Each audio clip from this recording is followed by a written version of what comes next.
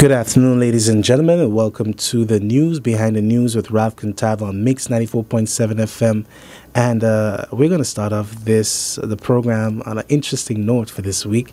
I have here with me a very interesting person with an extensive background, and that is Miss Maria van der Sluijs-Plantz.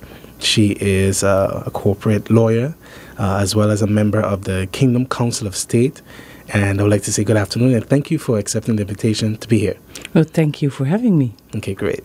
So one of the reasons that I invited you here as well is also given the fact that you recently published a book.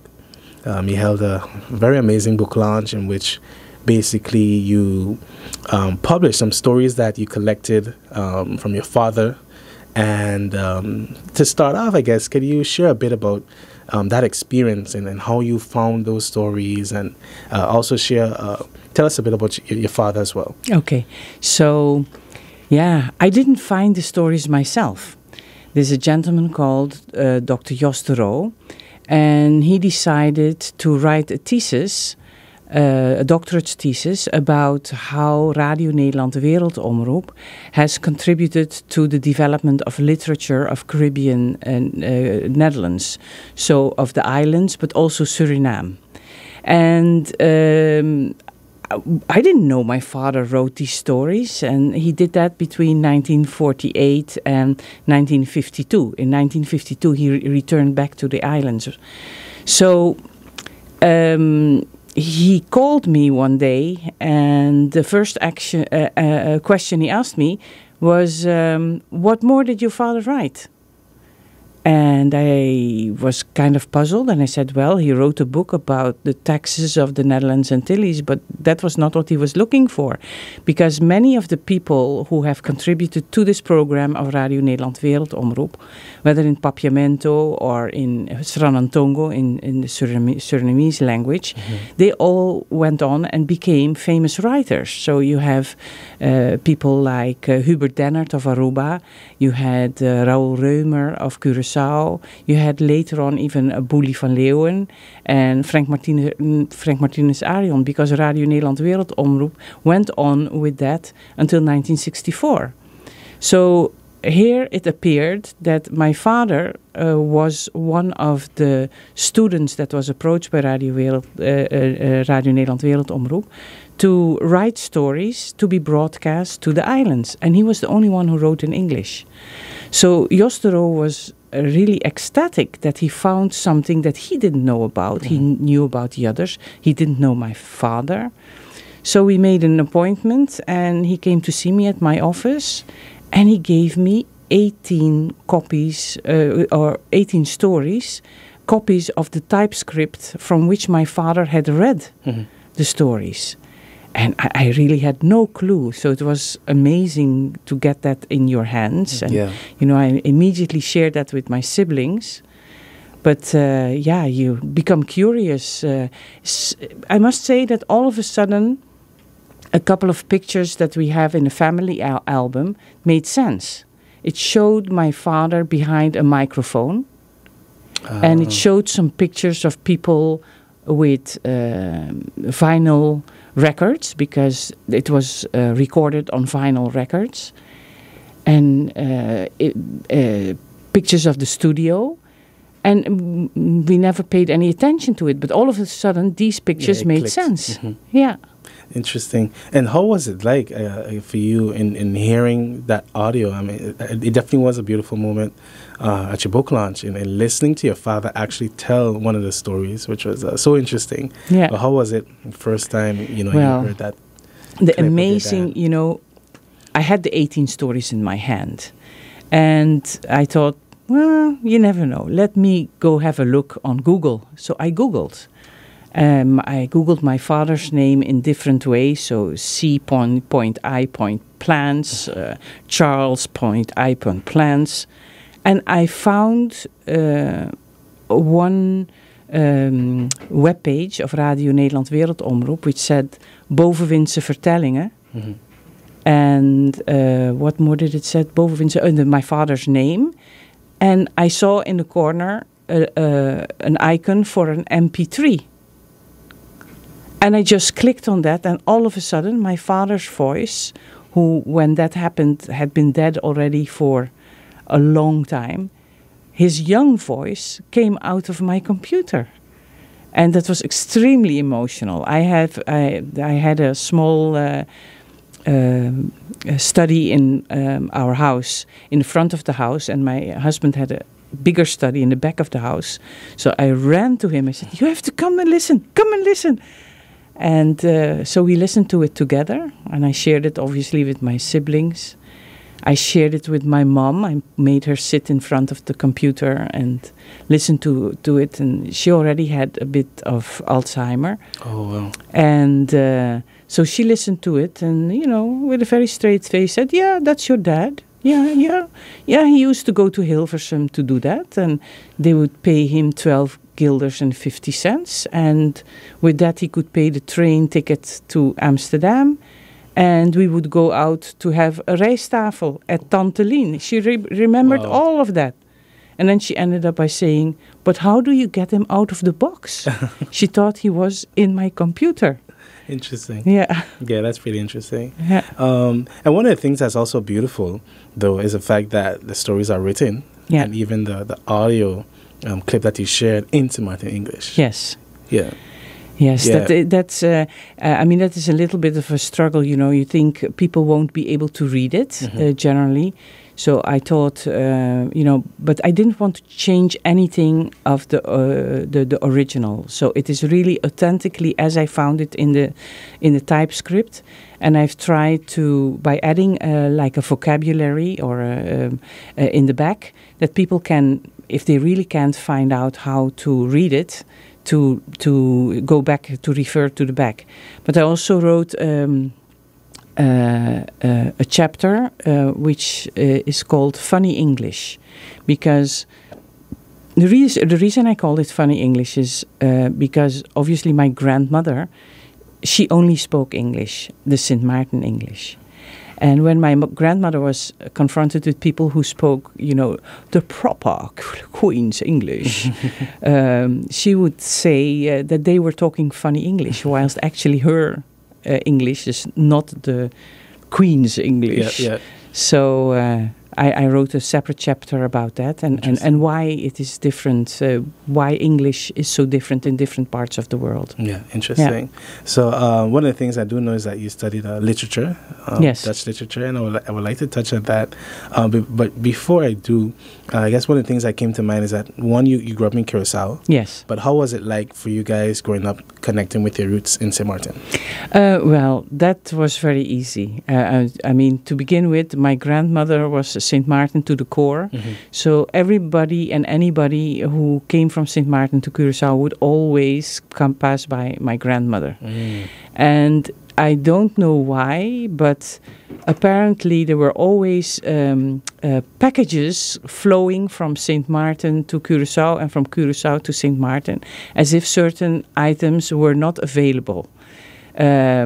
Every time somebody would come down from St. Martin to Curaçao, there would be boxes with lobster and half of goats and things like that being sent to my grandmother, And even in the time that I was traveling quite a lot between the islands, I tried to, not let people know when I was leaving, because otherwise they would send me with all these boxes. Yeah, to bring for so-and-so. Yes, yeah. And then I would have to go through customs with, lobster and meat and so on. A long declaration list. Exactly. No, but declaration list? No, I was too afraid to declare it. Just take up the boxes and go.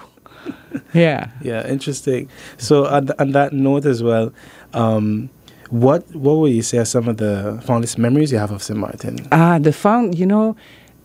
It's crazy, but getting off the plane and smelling St. Martin, there was a particular smell. I think it's at the time the charcoal that people would use to cook on. Mm-hmm. And I remember very fondly staying with my great aunt Yvette Fleming in Bellevue. And that was at the time that all of the buildings that are there now were not there, but there was a big pasture where they had cows and the mango trees. and how I would go with my dad. You know, he would have a long bamboo pole with a little net on it, and we would shake the mangoes that are high in the tree. And I remember I must have been 6 or 7, that I ate so many mangoes that I didn't eat. I got sick of it. I didn't eat mangoes for years because of that. Yeah. Yeah. Yeah, that, and you know, staying with the different uncles and aunts, and staying at Belvedere house when it was still up, going to the beach looking for shells.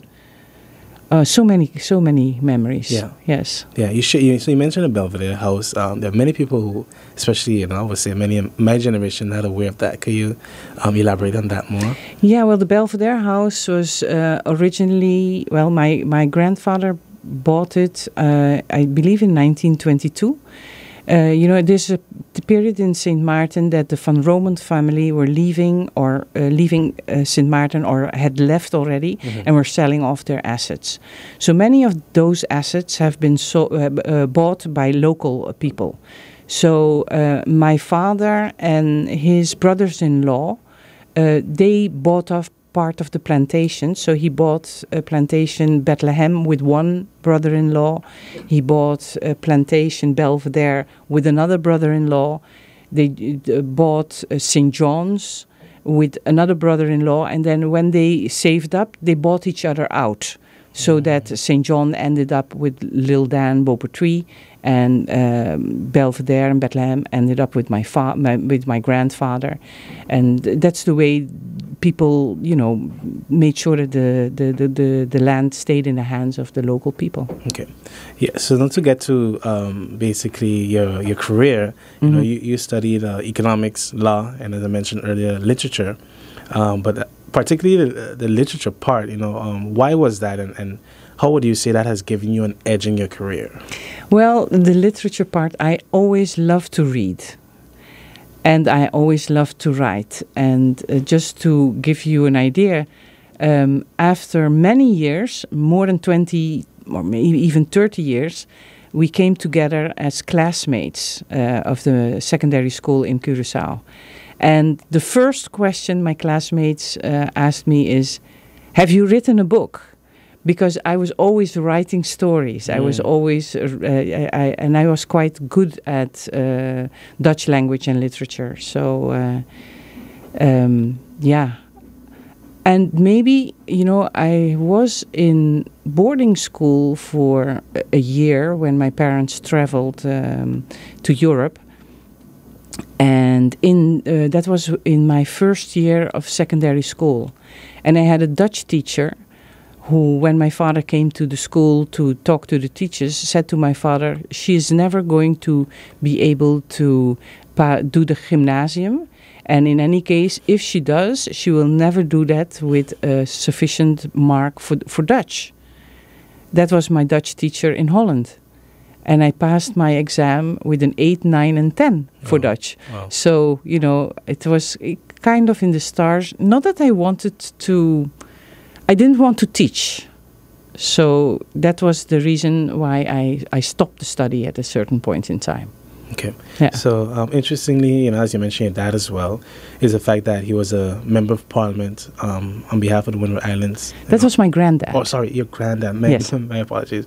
Well, but your father was a lawyer. Yes. And would you say it was, I guess, a combination of your granddad and your father who inspired you to get into the corporate field? Well, let me tell you one thing. When I finished school, I knew one thing for sure. I did not want to become a lawyer because my dad was one. You know, everybody was looking at me and, oh, you're going to study law just like your dad. No, absolutely not. You know, I was the rebellious type, so I was going to do something completely different. But it did become my love. You know, once I had my own store, and in being in the business world, I saw how law could help you. So whilst having the store, I started to study law in Curaçao. Okay. And I finished it in Leiden in Holland. Okay, interesting.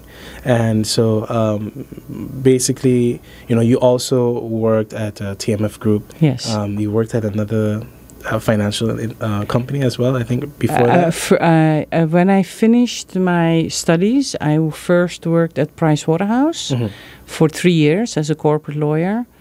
Then I joined a client of Pricewaterhouse. It was a company called London Edinburgh Trust.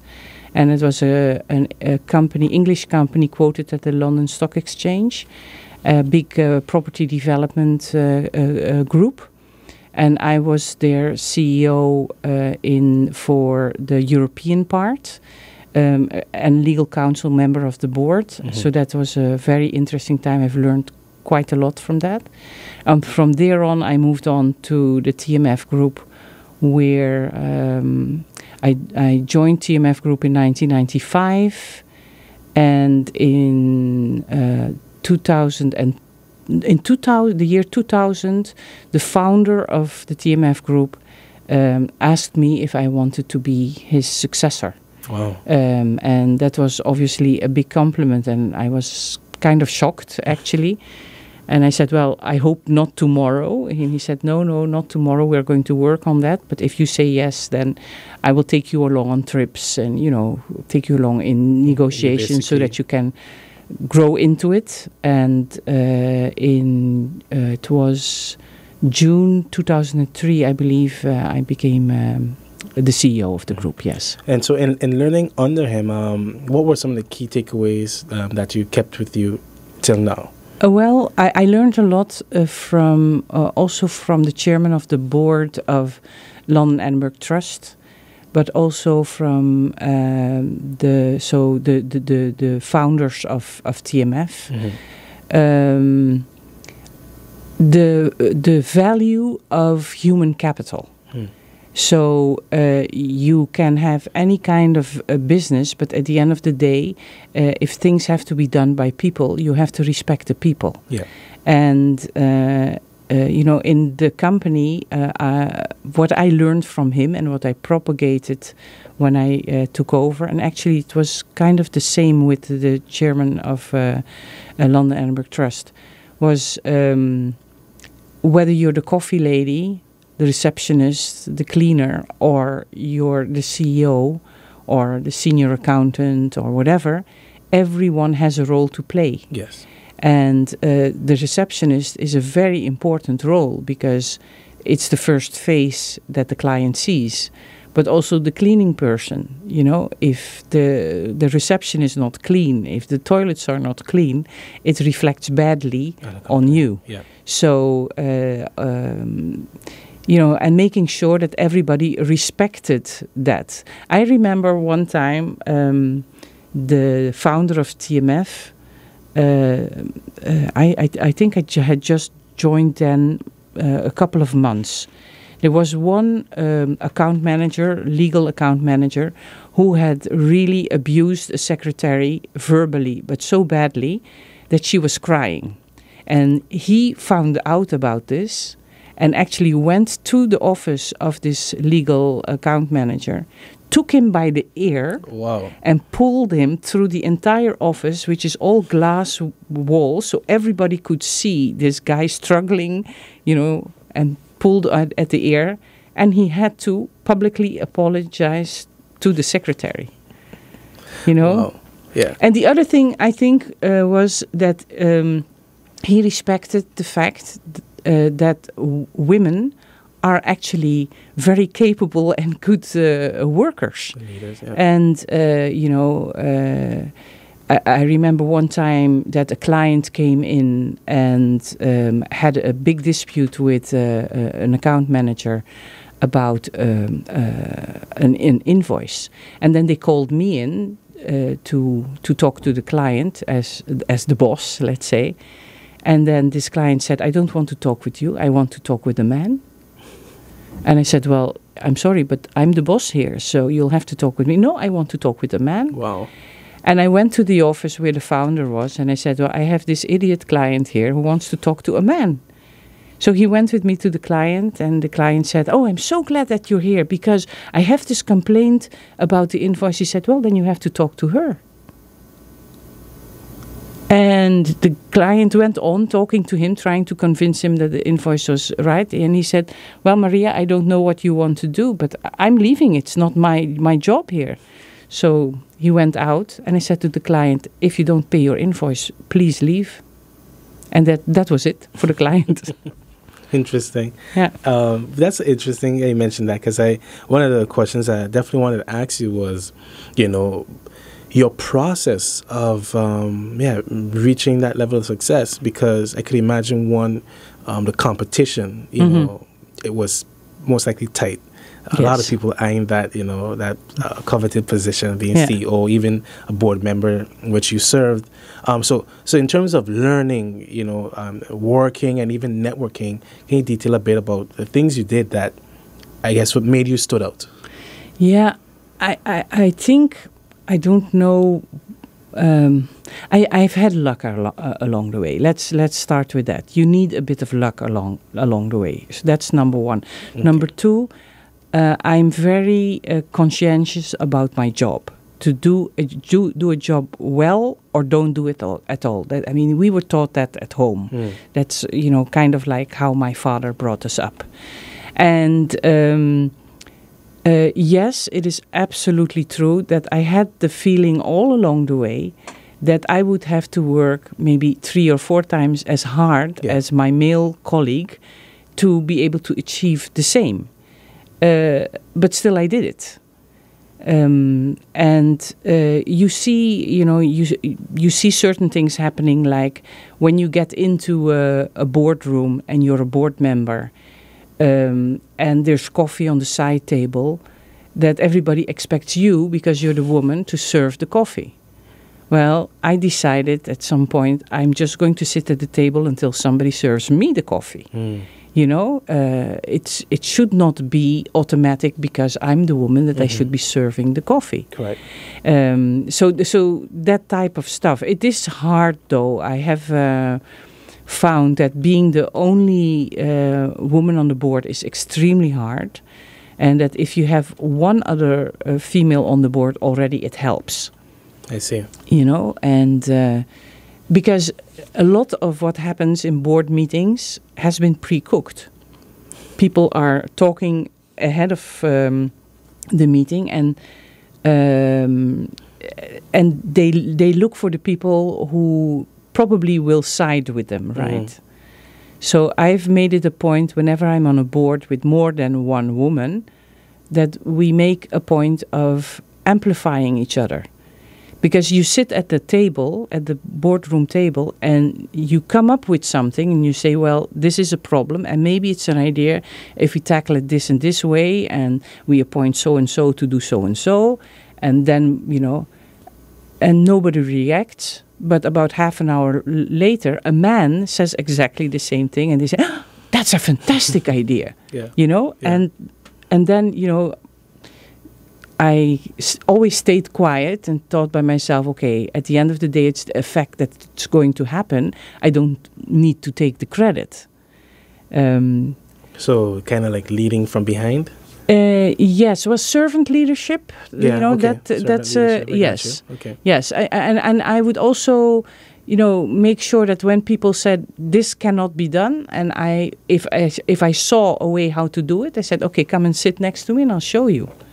And I would do it. Yeah. So people knew that, except for being the boss and getting everything organized and so on, I actually knew the content of the business, whether it's from the accounting side or from the legal side. Gotcha. And would you say that you face any stigma being from the Antilles? Well, my brother likes to tell this story, how I was traveling and, in going from business meeting to business meeting, when one of the people that I was traveling with said, we were talking about where we came from. And I said, well, I actually come from the Caribbean. And they were silent. And then there was one guy, in his proper English, who said, oh, Maria, I didn't know you have a touch of the tar brush. Tar brush? Yes. Wow. I actually needed to think about what he meant with that. Oh, my gosh. Yes. And there are many things that I thought I should have told him then, but I was just flabbergasted. Yeah. And I thought, not even dignify it with an answer. Mm-hmm. Wow. Yeah. Wow. And I guess this one's a little personal. Are you planning to write a book? Listening to you for me is like, I would love to read a book from you, autobiography or unfortunately a lot of the people who would play a role in that book are still alive, so let's put it this way, it would have to be a so-called fictional book. Okay, I understand. And I can tell you, when I left the company, people were asking me in the company, I had board members asking me, what are you going to do now? I said, well, I'm going to write a book. And I said, and by the time that we sell the film rights, I want Meryl Streep to play me. And they said, okay, so what's the book going to be about? I said, well, a TMF, of course. And then they got a little bit shocked because, I know, a lot of the games that were played and so on and so forth. Because, the strange thing is, when I joined TMF, it was not such a big company. Mm. When I became CEO, we were active in about 23 countries. Wow. And so I became CEO in 2003. And in 2004, I sold the company, or part of the company, to private equity. Management held 40%. And 4 years later, I sold the company again. And management again holding 40%. But at that time, 4 years later, we were in 85 countries. Wow, from 23 to... Yes. Wow. Yes. And, so that's a big thing that I've achieved, and I'm proud of it. But the crazy thing is that whilst you're doing it, you don't even realize it. It's when you stop and you look back. Because it's as if you carry a stone every day and put it behind you, and then when you stop and you look back, there's a mountain. Yeah. Yeah. So and that made me proud. It is, whilst you're doing it, you don't realize that it is such a big thing because you do it every day. Correct. But not doing it anymore and then looking back, that's what I saw. Pretty impressive. Yeah. Okay, so we're going to take a quick break and we'll be right back. Okay. Welcome back, everyone. You're tuned into the news behind the news on Mix 94.7 FM, and I'm joined with Maria van der Sluijs-Plantz. And we just left off a great conversation talking about some of her memories about St. Martin, but also her father and the book she recently published. And the title of the book is... Old Tales, Sweet Memories. Okay, great. Which is a collection of 18 stories that your father wrote. Yes. Yeah, beautiful.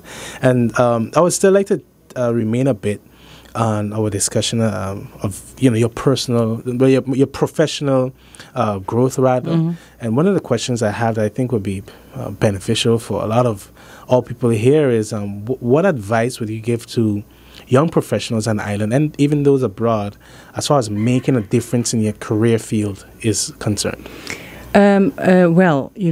Stick to your plan when studying. It's very difficult. Yesterday I read a nice article about Zurina Richardson.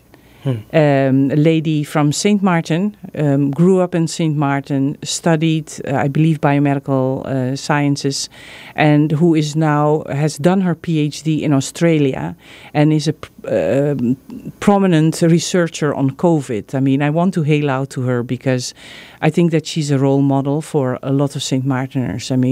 She went to the same schools as the children go to school to now. So if she can do it, why can't you? Yes. And I believe that there are far more of these success stories. And I've met a lot of very successful St. Martiners in the Netherlands who remain there, unfortunately. But, you can do it. And try to get the best out of yourself that you can have. Not everybody has to go to university. That's not important. But most of all, do something that you love to do. I used to tell people who didn't feel well at work, if you stand up every morning and you look in the mirror and you're brushing your teeth and you think, oh God, there we go again. Mm-hmm. You know, I don't want to do this. Mm-hmm. Then, you know, quit. Get a life. Because you're not working to live, you know, or living to work. Yes. You're working to live. Yeah. And make it a correct balance. Make it a correct balance. But stick to the plan. And don't be afraid to take steps. If there's a challenge in front of you, take the challenge.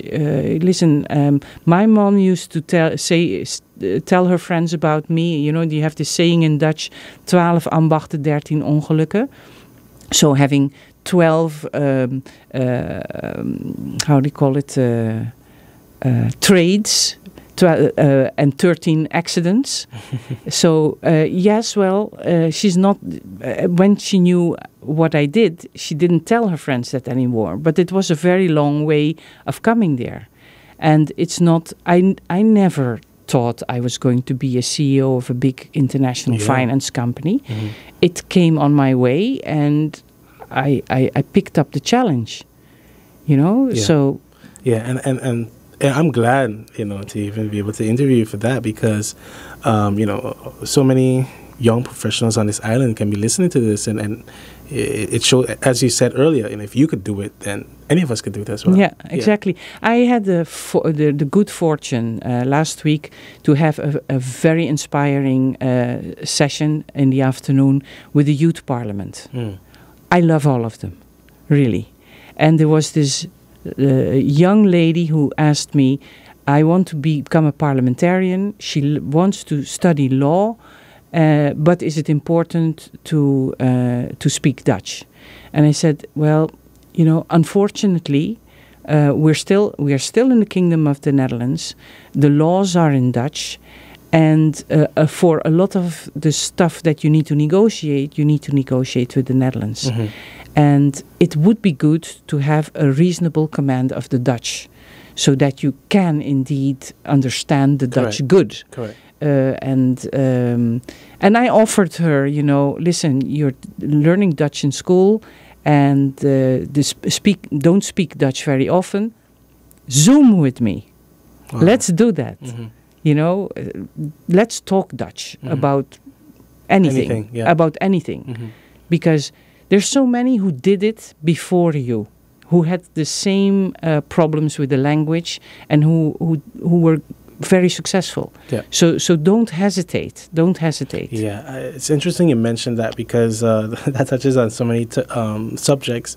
Because, for example, that tends to be a deterrent, for example, let's say for persons who want to get in the police force. Yes. Because, you know, you have students who went only to English schools, and while we did learn Dutch, you know, as a second language, there's still that lack of command. Yes. But also you consider the fact that our Constitution says that Dutch and English is our official language. Yes. But my personal take is that it's still important to strategically to have a good command of the language. Mainly because I often look at Nelson Mandela, you know, and his journey when he spoke about learning Afrikaans, yes, and the other languages in South Africa, because it gave him an edge. Exactly. You know, and I do understand that colonial. I understand that completely, mm-hmm, mm-hmm. But I mean, we also share an island with the French. Yeah. And it's good to be able to communicate with the other side. Correct. I mean, even on the French side, you have a lot of Sint Maarteners who speak predominantly English and not French, but it puts them on the wrong foot because they are not able to negotiate then to be able. Yes, mm-hmm. You're at a disadvantage. I mean, I think I had a big advantage when I was a CEO, that I had a reasonable command of many languages. Mm. You know, obviously Dutch, English, French, Spanish, Italian. Mm. German. It helps. You know, when you go out there, and I was once at a negotiation where there was a English developer selling a big part of real estate to a French operator and this real estate was located in Spain, and it was owned indirectly by a Dutch company. And I was the only one who could speak all 4 languages. That's interesting. Yeah. But, and that is kind of like St. Martin, though. It is. Because you do have many people who, while, they may not be great at the language, like, for example, think about my dad. I come from a Haitian heritage. My dad speaks Creole, English, French, and Spanish. Dutch, no, but, and you have several other people on this island who can really communicate in at least 5 to 6, because if you consider Papiamento as well. Yes, exactly. So that's an interesting point that you But Nilde Arduin last week, she mentioned something interesting to me when we were talking about language and instruction language in school and so on. That we have people who in the Netherlands who have fled from or refugees either from Africa or from Libya, Syria or whatever, and they come to the Netherlands, and those who are very good and intelligent actually go on to study at university, and they do a course of 6 months in Dutch to be able to do that. But they can. So why wouldn't we be if we have some of the Dutch already through the schooling? Yeah, that's a good point. But the good thing, though, is that English is a big language group. Yeah. So just imagine if you are in school and you've had only Papiamento. If you have had only Papiamento and you want access to knowledge, where are you going to find the library in Papiamento that's going to give you all of the knowledge you need to become a doctor or an engineer? It's not available. So you are forced. If Papiamento is the only language that you have to take on another bigger language in order to access knowledge. Yeah, that's an interesting perspective. So one of the questions I have for you, though, is considering your experience in global mergers, acquisitions, and buyouts. It's always great, of course, to report on the great things that you do in business. But one of the, I think, fundamental things about business is making mistakes. Of course. And what were the lessons you've learned, or some of the mistakes you would say that you've made that maybe at that time make you feel like just wanting the earth to swallow you whole? Yeah. Well, the last merger that I did was a merger between TMF with the equity group, but that was a forced merger. It's not a merger that I wanted. Okay. The majority shareholder, a private equity firm, acquired Equity Trust with the aim to merge it with TMF. And it was a company, Equity Trust, a company with a completely different culture, which was very much centralized, whilst I was more in being decentralized, because if you have 85 countries in 4 regions of the world, it's very difficult to manage them all from center. As long as you have good reporting systems and you have a good internal audit function, you can work on a more decentralized basis. Have good policies and procedures which are implemented everywhere. That's fine. But there was a clash there, and then it also became very clear, that as a woman, dealing with the English boarding school type people, that I was drawing the short straw. And I had at the time CFO, who was always also a woman, and she left the company within 9 months after the merger. She could not stand the way the board meetings, for example, were held. And if you then are there as a fantastic CFO from a technical point of view, but emotionally felt moved to tears, and you weaken yourself in view of these old boys, let's say. Yeah. And I think that having to do that and staying on at that time, I felt I had to do that because of the management who had co-invested with me in the company in the first place. But that merger should never have happened. But that's my point of view. Interesting. Okay. Yeah. If I'm not mistaken, you were also part of the Force Corporate Governance Council yes. St. Martin? Yes. Okay. And what was it like setting up that institution to increase, accountability on the island? And what were some of the challenges that you guys faced? Well, the biggest challenge was we were formed. We didn't know each other. I think the biggest challenge was there was no budget. There was no location where we could meet. And in fact, Francis Carty, he had us meet in his office every time. And I think that the politicians looked at it as a stumbling block or something that an obstacle for them, rather than something that would bring them further. And the advice was very rarely followed. And we have even gone out and given some unrequested advice, which the law permits, which was not followed, and in the end proved that we were right. Yeah. But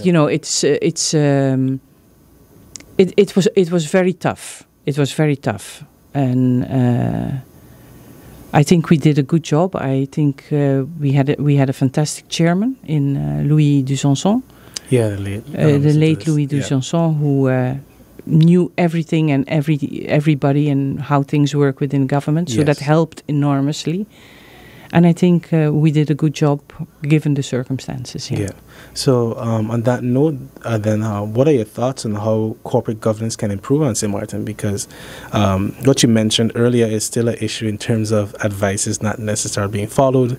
But we even see the corporate challenges right now in at least two of our government-owned companies. And so how can St. Martin really improve our function where that's concerned? Yeah, well, that's a multifaceted question because it's a multifaceted problem.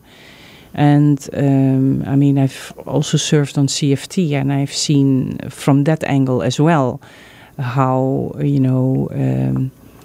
the companies are looked upon like cash cows by the government to plug holes, but you can plug a hole only once. And if you make the companies poor, then you leave them behind crippled. And some of these companies perform very vital functions for the country. True. If you take like GB and Telem, GB has the monopoly on providing electricity. And so you don't want these companies to be crippled. You want these companies to perform as best as possible.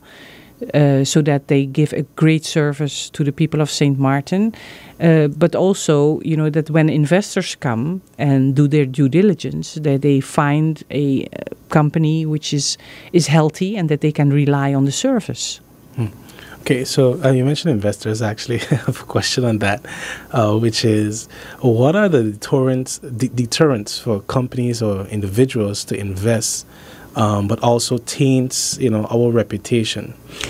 Yeah, well, you can go online and you can find the lists of questions that investors ask themselves when they come, and they look at many things. They look at stability of government. Well, need I say more? Yeah. Fortunately, we have a government now that sits longer than the previous governments, but to say that we have stability in government, given the way the communication between government and parliament goes, you can put a big question mark after that. And I truly hope that there is a government now that can sit out the full 4 years, which, this is what the country needs, to have continuity in government. And also, when you're in government, you're there not as a party. You're actually there for all of the people, for those who voted for you, as well as those who did not vote for you. And so did your predecessors. So I believe we have a big library of plans and multi-annual plans and visions and God knows what and the other. And we're very good at that. And we don't seem to be very good at execution. Because the plans, a new group comes in and there's a decision to completely change the plans because the plans of the old group was not good or something, So that's a big, big pity. That's a big pity because it's also a big, capital destruction. Mm. You have people investing their time in the plans, their brains in the plans, and come a new government, new multi-annual plan. Mm. So it doesn't help. That doesn't help. So investors look at that. But investors also look at education. Because if they come, they might bring people with children. And what's the education like on the island? But not only that, they will want to employ people from the country. So what is the education that these people have had? Mm-hmm. Do they have the right vocational training to meet the demands of the jobs that the investors bring? They look at things like that. They look at the finances of the country, of course. They look at the health system of the country. Many things. They look at the location, which is obviously fantastic. They look at the connectivity. Are we well connected, both traffic-wise, but also with the internet and so on, so that they have good connectivity. So there's this whole checklist that you can find online, different checklists. And you can even find pre-filled in checklists by the US authorities who have, their recommendations on certain countries and so on and so forth. Now, what you don't want, of course, is that you're on some blacklist. Yeah.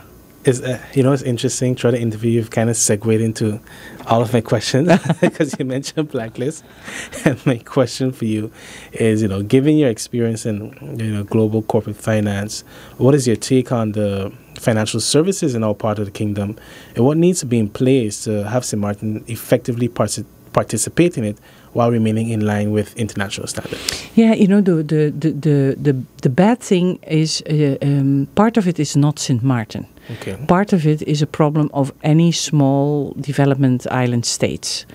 And it is something that the IMF and the World Bank are very they realize that this is the case, that banks are looking at de-risking, and the smaller you are as a community, the bigger risk for them, because the risk reward between, on the one hand, doing all of the know your client compliance on the one hand, and on the other hand, what they can actually make money as a bank, that risk-reward balance goes away with the small island. So you see big banks pulling out. You saw that ABN AMRO, who was here, has pulled out years ago already.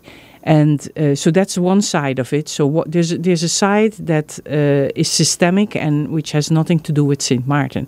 There's another side that St. Martin, if St. Martin stays behind with the international laws on anti-money laundering, for example, and terrorism financing and so on and so on. And you might say, well, terrorism financing, it doesn't happen here. I don't know whether it happens here or it doesn't happen here, and how money goes from one side to the other. I mean, we have Western Union operating on the island.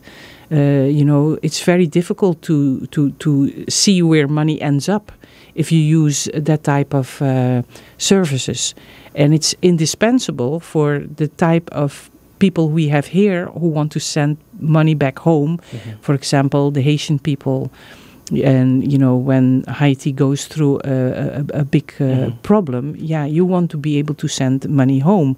If you don't have banks that allow you to do it through proper transfer banking, you use things like Western Union. Yeah. So I think it is very important to, on the one hand, show good transparency in your banking system. And that things like money laundering, corruption, and terrorist financing, that it's clear that is not happening, to give trust in the system on the island itself. That helps. Also for investors, by the way. Yeah, gotcha. And so, in addition to that, you are now a member of the Kingdom Council of State. Yes. Since 2018. Yes. Yes. Okay. Good. So since then, how would you, detail or share your experience there, and for those who may not know, I guess my question is, how does that relate to our island in particular? Okay. So there are different bodies, let's say kingdom bodies, that St. Maarten has the right to appoint people to. And my recommendation to government in general is, whenever you have the position, the possibility of appointing somebody, make sure that you do. Because you're at the table then at that level within the kingdom. So that was my recommendation at the time to the Marcel Gams government, after which, at the suggestion of the governor, I was appointed in CFT. And whilst at CFT, the William Marlin government asked me to step up to the Kingdom Council of State. Now, what is important? The Kingdom Council of State, one of the things that they do, or the Council of State itself, it vets all draft legislation and draft treaties that the government presents to them. Some of these, this legislation or some of these treaties have a reflection on the countries. Now, the Kingdom Council of State consists of about 14 Dutch people, Dutch nationals, and added to that with the president and the 3 councillors from Aruba, Curaçao and St. Maarten, we make up the Kingdom Council of State. So if we're not there, these treaties and kingdom laws will also be vetted. But they will be they don't have our perspective. Correct. So we've seen, for example, that there were treaties that were being passed, European treaties that were being passed, which were could have an impact on St. Maarten. I mean, if the European Union makes a collaboration agreement with any country that is close by St. Maarten, let's say with Santo Domingo, it has an impact on St. Maarten in some way, shape or form. The people in Santo Domingo won't understand how it comes that then the Dutch islands are not also involved in this collaboration, because we're not part of the EU, we're still an LGO. So, that doesn't help. But then we need to say, okay, would it be possible, because the countries can opt to be part of the treaty, and then make sure that the countries are aware of it. So we have been able to, as Kingdom Council of State, bring forward an advice to government how to deal with the treaties, so that the countries here are fully aware of what's going on, because everything that has to do with treaties is foreign affairs, and foreign affairs is dealt with by the Dutch Foreign Affairs Minister, who's actually also the Foreign Affairs Minister for St. Maarten, Aruba and Curaçao. Interesting. Okay, so Ms. Plantz, I would like to thank you so much for coming on the program. I had quite a bit more questions for you, but I definitely look forward to interviewing you whenever you're back on the island. And just final question is, where can people get your book, Old Tales, Sweet St. Martin? Well, Sweet Memories. Yeah, I know it is available on Amazon. But I also know that Van Dorp carries the book. Unfortunately, after the book launch, they're completely sold out. But the owner, Luby Carty, she's maintaining a list and will be ordering a new again. And I think depending on the success and the new list coming, the new books coming in, she might order even more. Great. So I know that she's ordered quite a lot already. So get your name down, get the book, read it, and laugh, because there's some funny stuff in there. Yes, definitely. Yeah. So thank you so much, and to our viewers and listeners, I hope that you guys enjoy this conversation, and do take care.